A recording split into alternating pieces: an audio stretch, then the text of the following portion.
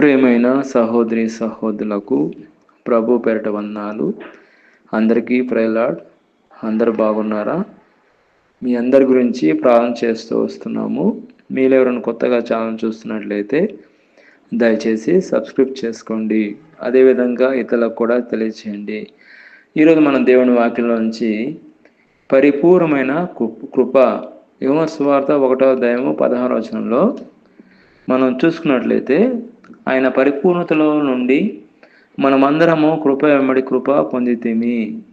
ఇక్కడ పరిపూర్ణమైన కృప అనగా మనం చూసుకున్నట్లయితే పరిపూర్ణమైన కృప మనం ఏదనేది మనం చూసుకున్నట్లయితే పరిపూర్ణం అనేది సంపూర్ణత అనేది సూచనగా ఉంది, అత్యున్నతమైన దానికి సూచనగా ఉంది, శ్రేష్టమైన దానికి సూచనగా ఉంది. కాబట్టి దేవుని యొక్క కృప పరిపూర్ణమైనది. పరిపూర్ణమైనది మనం చూసుకున్నట్లయితే అది అత్యున్నతమైన అనేది శ్రేష్టమైనది. అదేవిధంగా మనం చూసుకున్నట్లయితే ఆయన పరిపూర్ణతలో నుండి మనమందరము కృప వెంబడి కృప పొందితేమి. కృప వెంబడి కృప అంటే నాన్ స్టాప్. ఇప్పుడు మనం గాలిని నాన్ స్టాప్గానే పిలుస్తున్నామండి. గాలి లేకపోతే మనం బతకలేం. శరీరీతిగా ఆత్మీయంగా కూడా కృప లేనిది మనం బతకలేమండి. కృపే మనకు ఆధారం, కృపే మనకు శరణం, కృపే మనకు ఆధారం. కాబట్టి కృప లేనిది ఒక క్షణం కూడా మనం బ్రతకలేమండి. కృపే కాదండి మనకు అన్ని విషయంలో సహాయం చేస్తున్నది. మనం అదేవిధంగా చూసుకున్నట్లయితే మనం కృప గురించి మనం చూసిన కృప వెంబడి కృప అంటే నిరంతరము మనకు తోడుగా ఉంటుంది, అపరిమితంగా తోడుగా ఉంటుంది. పెరిగిపోతున్న దేవుని కృప, దేవుని కృప మనని వెంబడిస్తుంది. దేవుని కృప అపరిమితంగా దేవుడే మనకు అనుగ్రహిస్తాడు. అదేవిధంగా మనం చూసుకున్నట్లయితే దేవుని గురించి మనం చూసుకున్నట్లయితే కీర్తన గ్రంథము 86వ కీర్తన 15వ వచనంలో ప్రభువా నీవు దయాదాక్షిణ్యం గల దేవుడువు, దీర్ఘశాంతుడవు, కృపాసత్యములతో నిండిన వాడవు అంటున్నాడు. మన దేవుడు కృపాసత్యంతో నిండిన వాడుగా ఉన్నాడు.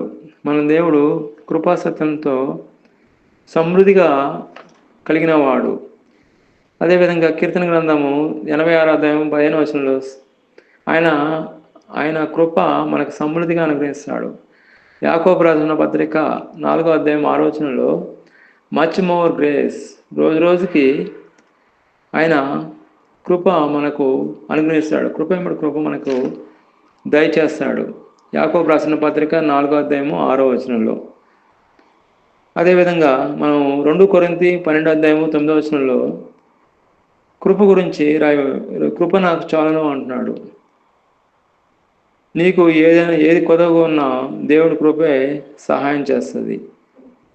దేవుడి కృపే మనకు ఆధారం, దేవుని కృపే మనకు శరణం. అదేవిధంగా 2 కొరింథీ 12వ అధ్యాయం 9వ వచనంలో చూసినట్లయితే పౌలు తన శారీరక ఇబ్బందులను బట్టి తగ్గించుకోవాలని దేవుడిని పలుమార్లు అడిగినప్పటికీ దేవుడు కష్టాలను తొలగించడం కంటే వాటిని భరించే కృపను తన దయ ద్వారా ఇస్తానని హామీ ఇచ్చినట్లు మనం చూస్తున్నాము. కాబట్టి దేవుడి కృప చాలును అంటున్నాడు. అందుకనే దేవుడి కృప నాకు చాలును అంటున్నాడు. దేవుడి కృప ఈరోజంతా కూడా మనం నడిపిస్తుంది.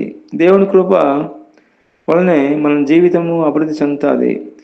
దేవుడి కృపే మనల్ని కృపగల వాడిగా చేస్తుంది. దేవుడి కృపే మనల్ని కృపకు పాత్రలు చేస్తుంది. దేవుడి కృపే మనల్ని కృప పొందిన వ్యక్తిగా చేస్తుంది, కృపగల వాడిగా చేస్తుంది. కాబట్టి కృప అపరిమితంగా మనకు దేవుడు అనుగ్రహిస్తాడు. దేవుడి వాక్యాన్ని దీవించిన గాక. ఆమె ప్రార్థన. పరిశుద్ధుడైన దేవ, దయగల నాయన, కనికరైన దేవ, యేసుక్రీస్తు ప్రభు పరిశుద్ధ నామమును బట్టి మీ సన్నిధికి వస్తున్నాం తండ్రి.